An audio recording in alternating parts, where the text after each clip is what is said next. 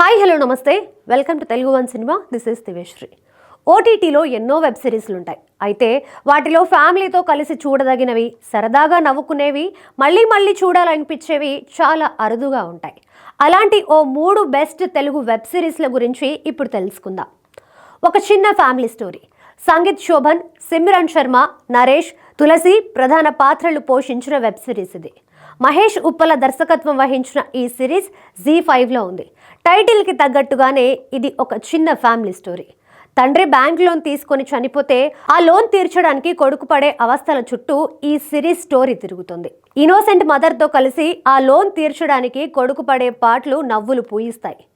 Serious సిచ్యువేషన్లోనూ పప్పుచారు అంటూ mother చేసే కామెడీ భలే ఉంటుంది.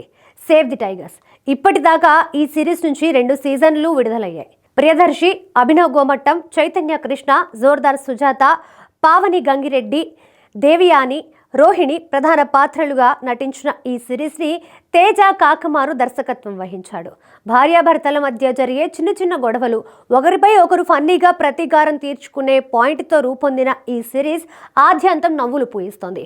ముఖ్యంగా అభినవ్ గోమట్టం, రోహిణి, ప్రియదర్శి, సుజాత మధ్య వచ్చే సీన్లు ఫుల్ ఎంటర్టైనింగ్గా ఉంటాయి.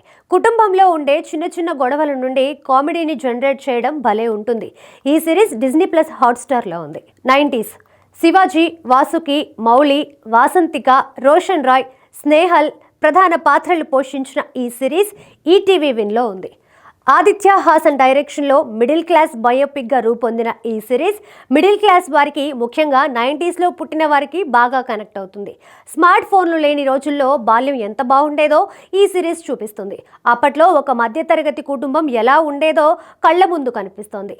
నాన్న భయం ఓవైపు, అమ్మ గారాబం మరోవైపు, ఇలా ఎన్నో జ్ఞాపకాలు మరోసారి గుర్తు చేస్తుంది ఈ సిరీస్.